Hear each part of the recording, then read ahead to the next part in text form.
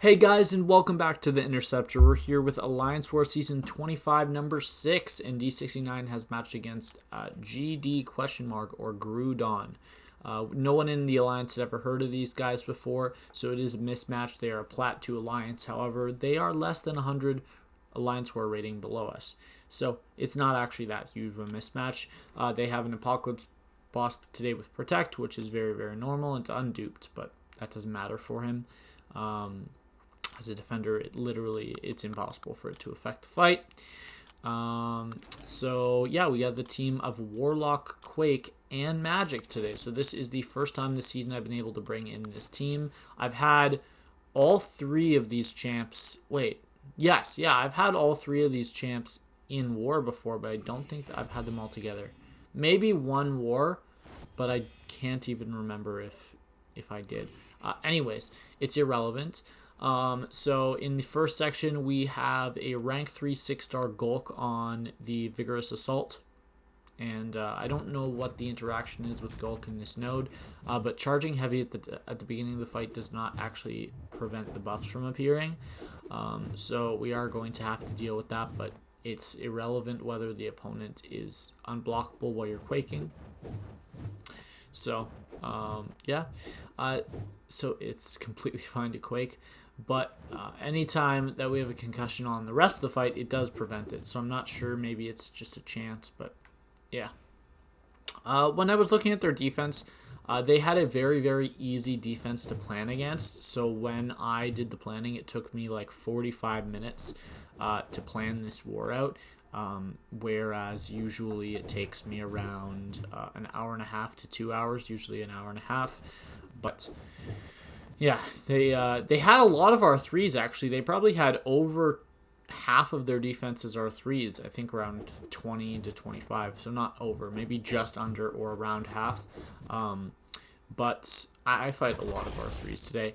And they just placed them in the wrong nodes. Like, they had a lot of good chances to put champs on nodes, and they just didn't put them on the right ones. So, for example, they have an R3 Guillotine 2099 on Path 3, Section 1. There's multiple good nodes for her. Both nodes on Path 9, Section 2. Stunning Reflection, which they placed an Emma Frost on, which makes no sense to me because Jay Gaze took that with his Guillotine, and it was the fastest fight ever. He said it was so easy. But yeah, anyways, sorry, I'm getting distracted. Oh, and the main one, R3 Terrax on Power Snack, which I'm going to quake. But now we have an R3 Captain Marvel movie on Masochism. And if you guys don't know the way that Masochism works with when you're quaking it, is that the debuff, which is your stun debuff when your aftershocks expire, does not trigger Masochism as long as you are holding heavy attack at the time that the aftershock charges end. So yeah, we do stop Masochism quite often. But sometimes she does get it, and it's a little bit of healing. So there she healed 8,700. But my Quake cycles are doing way more than that, so I don't have to worry. And then there I made one mistake quaking, and of course she's got to go for a full 5-hit combo, because why not? That's the way AI works. We're going to go the rest of the fight without making any mistakes.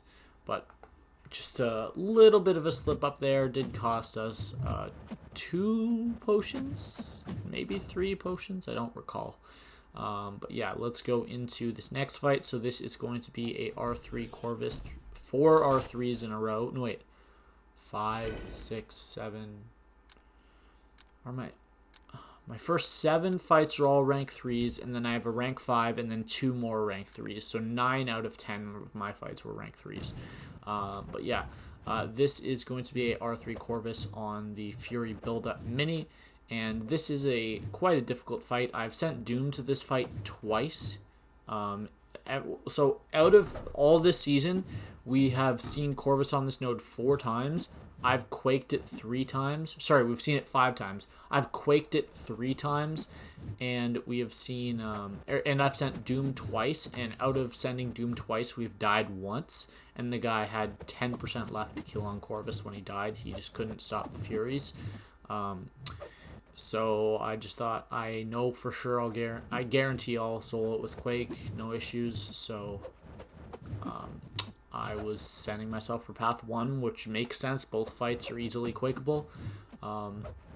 And I'll just do this one. So this rank 3 Corvus is actually unduped, but his dupe ability is almost irrelevant on defense, because you can either just knock them down with heavy attack or use a special attack. So there's not really any cases where it's going to save you. I guess technically it could save the defender and cause an attacker to die in like an extremely rare circumstance. But yeah, it's just not usually going to happen in war. Now we're going on to this R3 Terrax on Power Snack. So I could have used Magik for this fight. It would have been completely fine because Magik does work against Terrax, shuts down the damage you get back. But I did want to Quake it, and I think that was the right decision. So when you fight Terrax and you're quaking, you start off with the armor breaks, which just heal you from willpower. So that's really nice. And then you'll notice in this fight, my Quake cycles aren't doing a ton. They're doing like 18,000 every 10 seconds, which is decent damage, but it's nothing incredible. Sometimes I even get like 4,500 ticks on the aftershocks. But yeah, the backup recovery in this fight is actually really big. Like, you'll notice that when he gets to 50%, so after this next cycle right here, like, he heals a ton. I'm so used to quaking champs like Doom, where each of my cycles are easily doing over 20,000 damage, that he probably only heals about 15% health, but he heals like 30% health against Terrax heals 30% health against Quake, just because Quake can't out-damage it as easily as she does the other champions. But that just elongates the fight a little bit, so right here, he's going back below 50% again, but we don't have to worry about backup recovery, because it can't activate twice in one fight. And this fight is going to go down. It's going to take a little while. I think it takes 3 minutes, which is a little bit on the longer side for Quake fights. I'm completely fine with it. And right there, I actually let off my heavy, but luckily he is low enough that I can just dex and not have to worry about... Excuse me. Luckily, I can dex and not have to worry about his power bar, because he's below 1 bar power. And here, 3% left. We got to do one more Quake cycle, but we do end that fight at 99%, so I'm completely fine with that. Let's go into section 2. So notice how big I'm boosting up. 15% attack, 200% power back, 8% tech special boost, 20% green boost, and then I throw on some more. I'm going to throw on the 25% special 3 defense boost, just in case I run out of invulnerability charges and I have to tank an L3, I won't die, and a 20% health boost. So we've got massive boosts on here. We're going to go into Warlock, and we're going to use invulnerability boost. So this is a R3 6-star Domino on Spite, powerful from afar. This is a fight I take all the time. You guys see it all the time. But this time, this person actually plays without willpower, and I knew that going in. I only ever use an invulnerability boost for this fight if they do not have willpower, because it's a very easy fight if they do. There's no risk of them getting to special 3, really, unless you get unbelievably bad RNG. But yeah, this Domino's just special happy and is throwing specials the entire fight. So I did block the last of the L2 there, but it's completely fine. I chose to parry special attacks just so that I would not trigger powerful from afar while I was dashing back. We let off an L2 here. We're just going to beta heavy and go right into another L2 with our power back boost, where we actually get back to a special 2 with our special 2. And I also have to thank JK, who was on backup section 2. He had white mags pre-fight he applied for me there. Normally you do not want white mags pre-fight for that fight when the opponent is running willpower. Even if you're running resonate, you won't always have it, so you want to do the stuns to drain the power on the opponent, but you don't need that in this fight. So it's just some extra damage, which actually, without that, I maybe might not have cycled back to my L2. I might have had to do a few hits, but the fight was pretty much over. Also, another thing that helped massively in that Domino fight is that usually while taking that fight, I do not have the Magik synergy, which for Warlock makes the opponent gain way less power when you throw your special attacks. So when we throw our L2 there, you'll notice she was barely gaining power, and that's just thanks to the Magik synergy. So really nice I was able to bring Magik today. And this is a rank 3 Punisher 2099 on kinetic transference aspect of evolution. I think the point of sending this, putting this fight here, is that if you try to use someone like Magik without a special 1 boost and you block a special 1, the opponent will be at a special 3 and you might die. But even I think Magik without a special 1 boost can solo this fight easily by just tanking special attacks instead of blocking them. But I mean, there's a little bit of risk in that. And now we're going to go into this thing, and the beginning of this fight starts out absolutely brutal. So Thing just has the most defensive AI, and I actually do not get to corner myself before the first cycle starts. In hindsight, looking back right there, I had a chance. Right here, if I dashed back one additional time, I would have saved all of the things that went wrong. But powerful from afar, pushed him over an L1. I do my 4 hits, and I dash back, trying to get him to use an L1. He's not using it. He's about to get to 2 bars of power. He throws it. I'm in my own corner. Okay, now all I have to do is Quake. No! Look at that. He did a 4-hit combo. Medium, light, light, light. Didn't finish his combo. Sat there, and then dashed back, and dashed back in. So just really annoying AI there, because after you react for the 4th hit by dashing back, you react for the 5th hit by charging heavy. And then after they do that, you start your next combo charging heavy. So I go to start my next combo charging heavy, and my 5th hit doesn't get evaded because he doesn't do it. He just stands there. So I push him to another special attack. I do have to dex against the wall a few times, but I do bait out that special attack. And now he is at 90% of a bar of power, roughly, maybe like 80%, but still very close. And for the rest of the fight, all we have to do is Quake. So that was really annoying. Just the AI on Thing, and it wasn't completely the AI on Thing. Sure, the AI was annoying. I think he dashed back 3 times before dashing in at me while I was quaking, but that's not something I'm not used to. Usually while quaking that fight, I will do extra dash backs at the beginning, and that fight I just didn't think it would be necessary, but it just did put me in another just in a little bit of danger. So yeah, even with that, it's still not a very long fight. I wasted 40 seconds at the beginning. So normally it takes me 1 cycle to get set up in my corner. This time it took me the equivalent of 4 cycles. It took me 40 seconds. So that was just really annoying. So now we'll go up to our next fight, which is going to be OG Vision on Rage. This might be a fight that you're thinking, oh, you probably shouldn't Quake this fight. But it turns out Quake is the best option for this fight, because the way Vision works is his special attacks do not do any damage unless they drain power. And with Quake never hitting the opponent, she doesn't gain power. So right here he is his L1. So I'm just a little weary of it, and I do dex it. Now, it is completely fine, by the way, to not dex that. You can eat the special attack, but the thing is, from hitting you, the special 1 is going to give you somewhere between like a 1/5 and a 1/4 of a bar of power, which means that the following time that the opponent gets a special attack and drains your power, they are going to do that much damage. It's probably only like 1,500 damage, but if I can prevent 1,500 damage for a literal 1/4 of a second of delaying quaking, I think that's very worth it.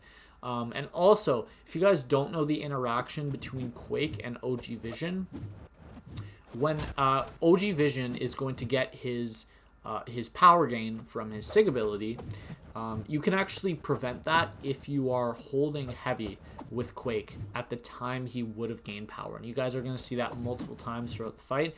Synthesis is not going to pop up because you just shut it down completely. But if you guys know the timing for OG Vision's power gain, you're going to notice multiple times in here where it just does not activate. Now, unlike the way this works against champs like Dragon Man and King Groot, it does not actually shut off their abilities permanently. It just shuts it off for that 1 cycle, which is the same way it works against the Stunning Reflection Mini, by the way, when you're quaking that. But yeah, one hit, because he did get to an L2 and he threw it off right away. Did no damage, by the way, so yeah, I'm pretty happy with how that fight went. And now we are going into a rank 3 6-star Moleman. This is going to be on Hurt Locker and Blockable Special 1, Power Focus 1. And there's not too much to say about this fight. I did have JK come up and give me the White Mag's pre-fight for it, so I could parry all I wanted with Warlock without ever having to worry about the shrug off. But this is a textbook Warlock fight. It's debatable whether someone like Omega or maybe Apocalypse is better. I'd say Warlock is probably best just because of how safe he is. I actually adore the interaction, or the matchup rather, of Warlock versus Moleman. I just think it's one of the most incredible matchups, and it makes Moleman so easy on literally every node that you just don't have to worry about anything. So right here, I believe I'm going to wait to get my second infection. I did not. That was dumb. I was just not looking. I was so close to my second infection. One more parry and a combo would have gotten for me. But I think this L3 is going to heal me a decent amount, so I don't really have to worry about that. 98 up to 90, or sorry, 89 up to 92. And now because of Hurt Locker, I do need to throw one special 2 before throwing a second special 3. I do believe I get to a second special 3 right before this fight ends.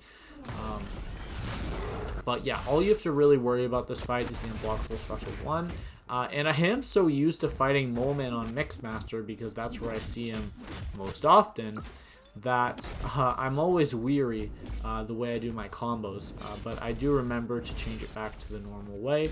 And then Warlock decides to decapitate himself there, which is a visual bug that's been in the game since he released.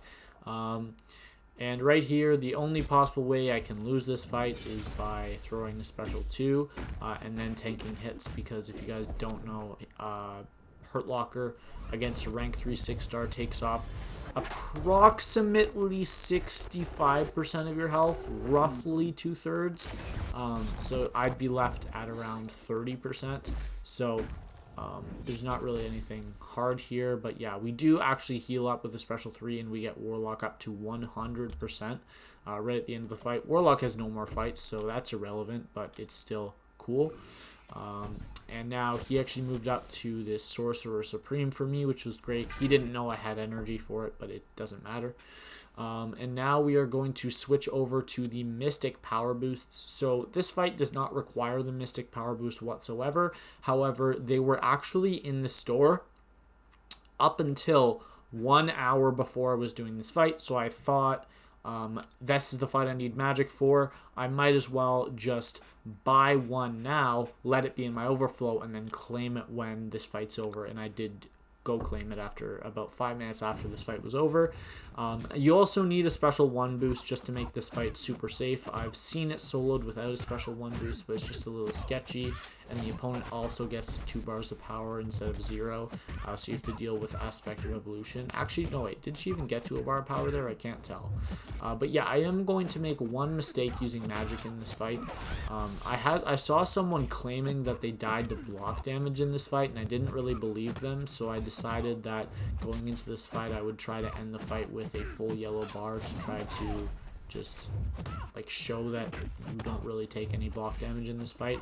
But I'm actually going to miss an intercept right here because she goes for a light attack to intercept me while she's in the corner, which was just really unlucky. But I knew that one 5-hit combo wouldn't kill me, so I'm just going to, now that I've lost health, I'm just going to play Magik normally, do my 4 hits and dash back, and then throw a special 2 and parry when I get the limbo to heal health. But this fight is over. There's not too much to say. Obviously not a perfect fight. And you guys will notice that I was running Resonate for this fight. I did not turn it off. The reason I did not turn it off is because Basilia, I don't know which one it is. He's the same person that plays Domino, which means that he does not have willpower on his defenders. So all Resonate is going to do, all that it's going to do is it's going to lower the opponent's attack rating. So I really don't mind that. And that's actually the end of my war. So I had 10 fights today. We completely threw away an invulnerability boost for no reason, even though I just got it in the store yesterday to try to make that fight safe. And usually it is required. Usually when the opponent has no willpower there, they do get to 1 or 2 special 3s, but this AI was nice, and the white mags pre-fight really paired together well with my tech boosts to make this a really, really fast and safe fight, not requiring it. But yeah, that's actually going to be the end of this war. We are now 2-4. I'm recording this video 4 hours before Alliance War is over, but the current score is 25-5. We have 5 deaths, they have 25, and they only have 10 more attacker kills than us. I believe it's currently 131 to 122 or something like that, within like a few kills of that. So I think it's safe to say we won this war. So we are 2-4 on the season. I might have said 4-2 earlier, but we just need 2 more wins and we should be back up in Masters. If not in Masters, 1 win out of Masters. That is. We also have 0 deaths on the season so far. We're having a really good season. As far as our PSR, we are at 60 out of 60, so staying on pace for taking 10 fights every war, on pace for 120 this season. It'll probably be somewhere around 115 this season, but that's fine. And then we also have our Deathless streak, which is now up to 88. So there is 1 more this season where I had 12 fights. So technically it is possible I could do that next war and reach 100, but I think it's more realistic that I'll reach 100 during War 8. So all I have to do is focus on not dying in War 7. So yeah, that is actually going to be it for this one. I hope you guys enjoyed, and I will catch you in the next video. Bye.